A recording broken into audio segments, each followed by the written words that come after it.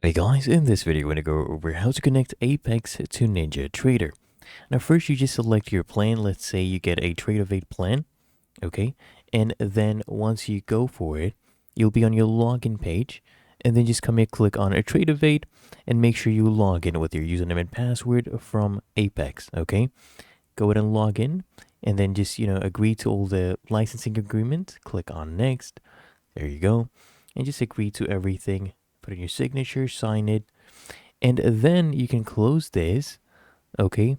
Accept it, and now we can select the trading mode. So you can do simulation, you can access that, and if you haven't already, you can download the NinjaTrader desktop platform.